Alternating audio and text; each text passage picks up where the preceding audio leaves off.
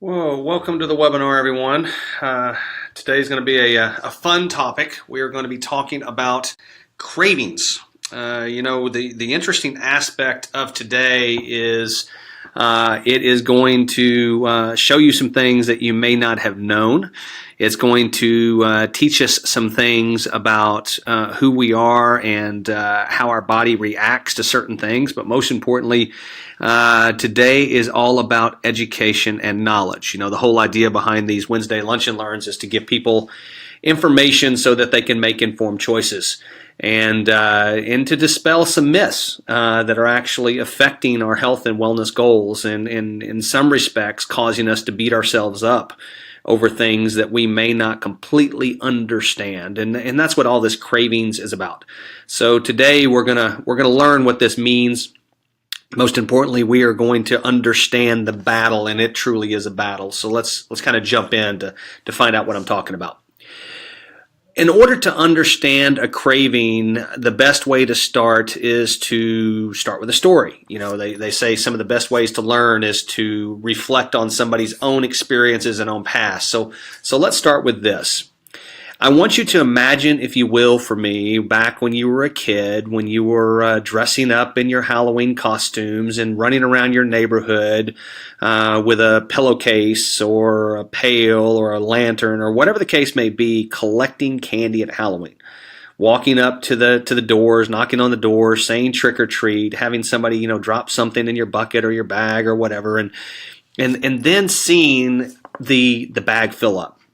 And the excitement that you felt when you looked down and you were having to run back to mom and dad's car to empty out the bucket so you could keep going because this is too good to be true. You knock on a door and they give you candy. I mean, this just isn't, this can't be real, and it's only one time a year, so you're super excited. And then when you finally get home, dumping it out on the floor, sitting around, deciding what you're going to keep, what you're not going to keep, what you're going to hide so you don't have to share later, and more importantly, what you're going to eat first. Now, this is a discussion about cravings. So why am I telling a story about your childhood, about your experiences, about candy, and about things that all of us did as children? Well, see, as I'm telling this story and as you're seeing this picture that's in front of you right now, a majority of you have already picked out which one of these candies that you're going to eat later. And I mean like later today. Because as I told the story, your mouth began to water, you started to taste the candy, you remembered the experience, there were portions of your brain that were triggering a response, and all of a sudden you started having these cravings for the things that you saw on the screen.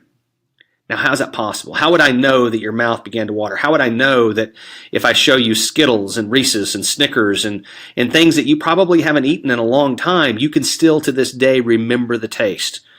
Well, it's because there's a lot of things going on in your brain that you don't appreciate that have an effect on what the cravings are that we have on a daily basis.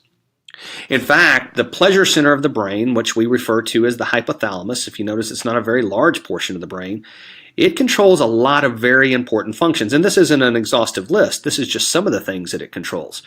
But you notice that it's directly related to our visual cortex. We actually are directly connected here to our eyes. So it's things that we see that trigger that pleasure center. And in fact, it's going to control hunger. It's going to control thirst. And that wonderful little signal that it sends out about hunger and thirst, we can't even interpret it correctly. So a lot of times when our body is saying, hey, we're thirsty, we're hearing hungry and we're eating when in fact we're thirsty. But that's a whole different discussion for a different day. But it's also controlling body temperature, sexual activity, arousal, blood pressure, heart rate, sleep. All of these things trigger in the hypothalamus portion of the brain.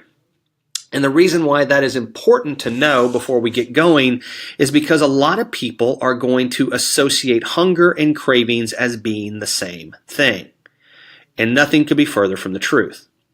See, hunger is a biological need for food to sustain the body's function. In other words, it is something that the body needs. There's a whole process involved that when we are hungry, our body's saying, hey, we need more fuel to keep this engine running. That's different than a craving. See, a craving is controlled by the brain and dictated by a feeling of pleasure and delight. It has nothing to do with the hunger process. So let's dive into this a little bit more so that you can get a better understanding. And, yes, I did steal the term the Hunger Games here because, in fact, that is what we're dealing with. See, because we have several different hormones at play. When we're hungry, our stomach will release a hormone called ghrelin.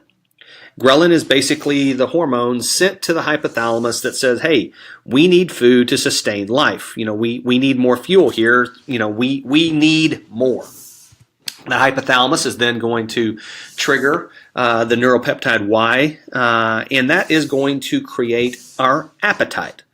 So that signal basically goes from the stomach, and a lot of people hear the growling stomach and things like that, say, oh, I'm hungry.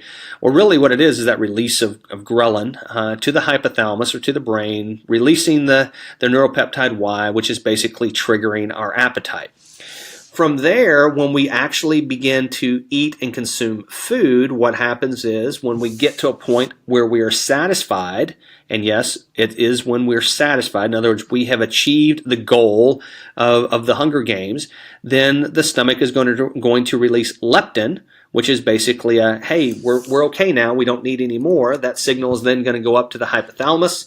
The hypothalamus is then going to release this wonderful propionmelanocortin, which is basically our appetite suppressant. In other words, hey guys, we're good, we don't need any more.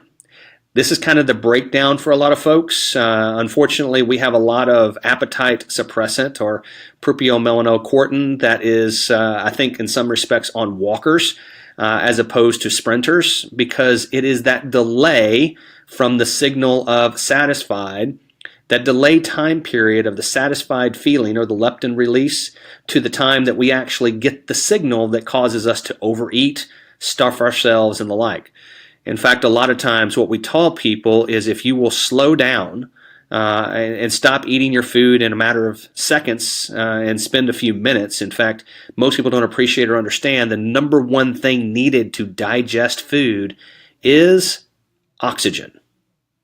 That's right, it's oxygen. So take a couple of breaths between bites and watch how much faster you get full, and watch how much less food you need to actually feel satisfied. You are giving this process, or the hunger game, if you will, you're giving your hormones the ability to send the signals to your brain and back to the stomach so that it can receive the signal of, hey, we've satisfied the hunger issue, we're good, we have the fuel we need to keep going.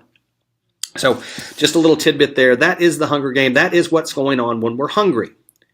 Side note, if you are sleep deprived, if you are depriving yourself of sleep, if you are thinking that you can operate on 5 hours of sleep a night because that's just the way that you've always done it, if you are inhibiting your sleep for any number of reasons, or if you're just suffering from insomnia because of whatever, you need to understand that that is having an effect on your hunger game. In fact, it's creating a whole different beast, literally. Because ghrelin, that wonderful thing that says, I'm hungry, you've just turned into a T-Rex. And leptin, that wonderful hormone that says, hey, I'm full, I'm satisfied, you are just put that little teddy bear to sleep. In other words, you are going to overeat. It's just a basic function of hormones. If you are sleep deprived, if you're not getting enough sleep at night and things like that are happening, then you are literally creating a hunger beast of which is going to almost guarantee you are going to overeat or make it look as if you are the pig at the trough. Sorry for the picture, but it is making the point that a lot of times when we pig out, or we have a tendency to eat ourselves to a point well beyond satisfaction, it has a lot to do with sleep deprivation. So just a little side note when we're talking about hunger. But let's talk about the cravings game, because the cravings game is something totally different. The first thing you should notice is that the stomach is not involved. Let me repeat that. The stomach is not involved. When we're talking about cravings, we are talking about the brain. In fact, when we look at junk food and we look at fast food and we look at these sugary, salty snacks and all these things that we have an addiction to, you need to understand that all of these things release opioids into the pleasure center of the brain, and that is stored in our memory bank.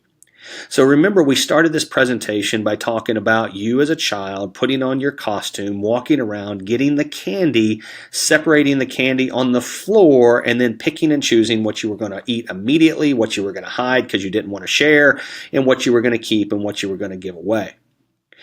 all of that entire story was basically going back in your memory bank, and those opioid memories were basically creating the pleasure center response, which is why your mouth began to water, because you could literally visualize and taste a past experience because of the opioid that is created by these foods and these snacks. Yes, we are talking about the same type of opioid addiction related issues that you hear about the news and everything else. Drugs are very, very closely related, as you're about to see.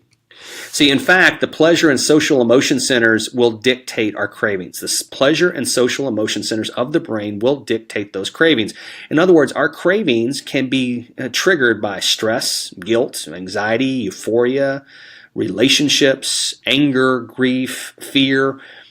All of these things, and they all affect people differently. I mean, your genetics can affect this here. You know, what you learned as a child can affect you here. The whole concept here of what's happening is when these things happen, we have a response to them. The brain is basically going to make a response to these different triggers, and sometimes that response is going to be associated with trying to convert the current feeling to something more pleasurable. Well, the pleasure center of the brain is going to release a very strong hormone called dopamine. Now, what you need to understand about dopamine is this is the same intensity, the same feelings. Dopamine is released during sex, compulsive gambling, and drug activity. That's right, they all follow the same similar neural pathway. So when you're talking about junk food, and you're talking about fast food, and you're talking about these sugary, salty snacks, you are having the same pleasure center response, the same dopamine, the same hormonal response as you do during sex, compulsive gambling, and drug activity. So think about that for a second. This is what you're fighting. When you're talking about somebody's cravings, you're not talking about a hunger issue. You're not talking about, a satisfy the body issue. In fact, we make that point real quick. This has nothing to do with sustaining life. This has everything to do with a pleasure center response of dopamine that you are having to fight against. In fact, the fight isn't really even fair. Because when you look at the D2 dopamine receptor, okay, and this is a thing that is the same thing that's triggered for drug addicts as it does for junk food. As we become addicted, our dopamine levels drop. What that means is we have to have more of the same thing in order to get the same pleasure center response in the brain. Remember, this is brain activity. This is not stomach activity. Leptin, ghrelin, not involved here. This is all about getting our pleasure center satisfied. So you've heard about drug addicts who, over time have to take more and more of the drug in order to get the same high. Well, guess what? When you're talking about fast food and you're talking about these junk foods and you're talking about the sugary, salty snacks, the same exact thing is happening. As we eat more and more of these things, as we become more and more addicted to these, guess what? We have less and less of the dopamine in order to create the same high. So as a result, it requires us to eat more. That's just the reality of what we're dealing with here. And oh, by the way, these are pictures of a PET scan of a brain that has the normal brain versus the addicted brain. The reason why I wanted to go through this when I'm talking about addiction and or cravings is a lot of people have this belief that, wow, I have a very strong willpower. I'll just will myself against the dopamine receptor in my brain and I will survive. I will win. My willpower is stronger than the craving. No, it's really not. Now, knowledge is power. Understanding why you have the craving, understand why you have the addiction is extremely powerful in an attempt to substitute it for something that will give you the same type of response that's a better choice for you and your health. Absolutely, without a doubt, we can go that direction. But to try and say that you have the willpower to completely just stop cold turkey, I want you to understand the battle that you're under. There is a withdrawal type mechanism when you basically just try to go cold turkey from these types of things. So when people try these weight loss journeys, especially this time of year during New Year, and they're trying to be perfect. It's supposed to be 100%. I'm never going to do these things again. This is just horrible for me. The reality is you failed before you started. If you'll follow kind of an 80-20 principle, give yourself an opportunity to, revert back every now and then because, you're going to, because realize you are fighting a chemical battle with your own brain that you don't even appreciate what's going on. you're going to be a lot more successful. And no, this isn't saying, you can eat all the stuff you want. That's not what I'm saying. What I'm saying is give yourself a break and understand that this battle is real, and you need to understand where it's coming from. In fact, all these people that believe that they have the willpower to just stop cold turkey, let's just look at sugar. Because sugar is the thing that most Americans are absolutely, unequivocally, and without a doubt addicted to. It is going to become, if it hasn't already become, one of the largest epidemics in our country because of its overconsumption. In fact, you got to remember, sugar has zero nutritional value, none. Doesn't provide you any benefit, but yet we still consume a lot of it on a daily basis, as you can see. In fact, the average American is consuming 33 teaspoons or 33 servings a day, 545 calories of the stuff, almost 12,000 calories in a lifetime. By the way, the American Heart Association says, ladies, you should have 6 servings a day, men 9, children 6 as well. Yes, we are exceeding that by more than 5x. In fact, if you look at sugar's effect on the brain compared to cocaine, this is an MRI of both, you will see the same areas lit up. That's right, we have just as a great addiction to sugar as we do to cocaine. For one, we send people to a rehab center. For the other, we try to tell them to just stop. Doesn't work. If that wasn't bad enough, because that MRI was just sugar, we even make things worse by going out and creating products that are 180 times, 300 times, or 600 times greater sweetness than sugar alone. Now, I want to make sure that people understand here. Aspartame, for instance, that is not 180% sweeter than sugar. That is 180 times sweeter than sugar. So if you can imagine, I'll go back for a second, that's the effect of sugar on a brain, the equivalent of cocaine. What is the effect of the artificial sweetener on the brain if it's 180 times sweeter? If you will look at this and think for half a second, why do all of the fat-free, reduced fat, weight loss products, why do all of these products, the diets, whatever, sodas and other things, why do they use an artificial sweetener? Because they make the product addictive. That's why. They make them addictive. In fact, there's been studies done on rats to determine, how addictive is these types of foods, the things that are using artificial sweeteners and the overloaded sugars and salts. And what they found was that these types of foods have the same reward thresholds as cocaine and heroin. It literally is right there on the same thing.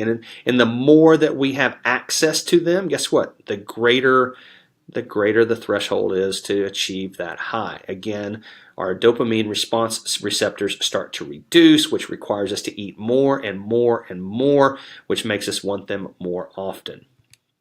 In fact, there's this little known scientific truth that you can do some research on, and if you do, you're going to be quite upset. There are companies out there, and I'm talking about the companies, these junk food companies, these fast food companies, that have scientists that spend hundreds of millions of dollars to determine what the bliss point is of their food and or drink. What's a bliss point?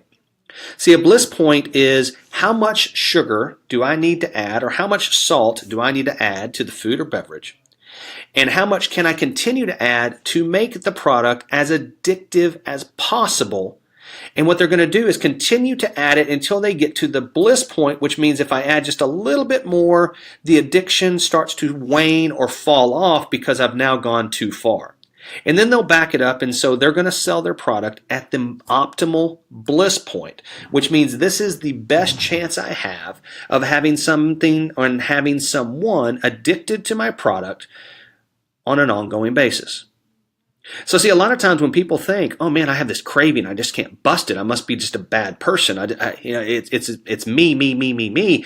What they don't understand is they are fighting a battle that they probably lost before they began because they weren't given the rule book to understand that the deck was stacked against them. See, what we're doing today is we're not giving you the excuse to have the craving, we're giving you the information to understand why it exists in the first place, and knowledge is power.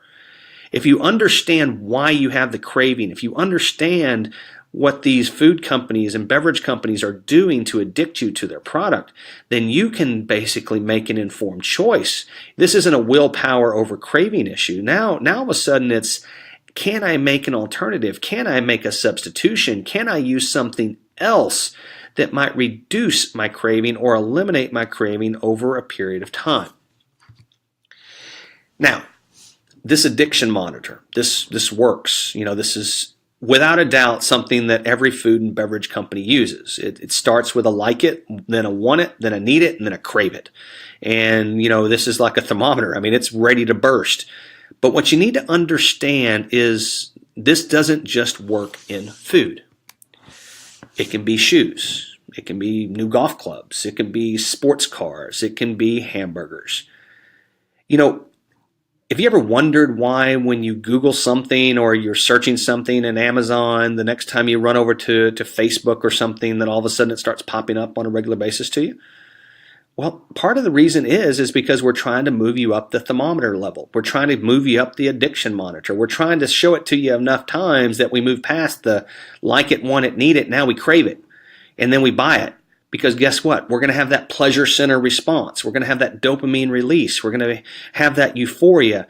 But then have you ever had one of those situations where you engaged in one of these things and then minutes later you're like, what did I just do? Or better yet, you did one of these and it lasted for several minutes, maybe even several days, and then all of a sudden it was just, okay, but now you need it again. See, we're dealing with brain issues, okay, and I want to make sure everyone gets that. You're dealing with an addiction issue that isn't just food, isn't just cravings related to food and snacks and unhealthy things. You're talking about everything in your life. This is something that you are dealing with on a daily basis. So what do you need to learn from this? Here's the thing. When you screw up, skip a workout, eat a quote-unquote bad food, or oversleep, it doesn't make you a bad person. What it does do is make you human. Welcome to the club. There's about 7 billion of us. Yes, this is a quote I took. I would give credit, but I couldn't find who the author was. But it was exactly the point that we're trying to make here on this Lunch and Learn of you need to give yourself a break. See, a lot of people associate their cravings or their desires with the hunger effect. And sometimes, what you're wanting for dinner has something to do with your hunger. I don't want you to get that wrong. But if you've ever had that situation where you don't really have a hunger, in fact, you may be driving your car and you just get that smell of your favorite fast food, and you're in the drive-thru, you're getting the bag, you're consuming the product, and you're not even hungry. In fact, you ate a couple hours before, and you're trying to figure out why, because now you're having that regret for something that you've already consumed because your brain basically said, hey, I need that. I want that. I crave that. You need to understand you need to give yourself a break. If you're trying to make changes right now and you're trying to be perfect, I'm going to let you know there are no perfect people. It just doesn't exist. You need to understand that following an 80-20 principle is going to get you a lot closer to your results than trying to do 100% zero. Just give yourself an understanding of what's happening. Understand that your brain is an extremely powerful thing, and subconsciously it's acting with or without you. In other words, you may not even be aware of what's happening, but guess what? Now you have the knowledge. Now you know what's going on. Now you can explain to yourself, to others, and the people that you care about and love why they have the cravings and desires that they have. But parents, I will tell you this, and I am talking to the parents. A lot of our cravings and desires that we have as adults were created when we were children. So be very, very careful what you are feeding and providing to your children to eat and drink, because a lot of these things are hardwired from back when we were children. That's why we started this presentation talking about Halloween candy, and spreading that candy all over the floor and picking what it was you were going to eat, what you were going to hide, and what you were going to share. If you want to understand more about what's going on at ID Life and why we talk about diet and lifestyle choices will create the nutritional gaps that you have, we're here every Wednesday. We want to educate you. We want to give you the information. We want people to understand that the better diet and lifestyle choices we can make, the less nutritional gap we have, which is going to make us healthier and happier. But there is a relationship between all three that we need to understand and appreciate.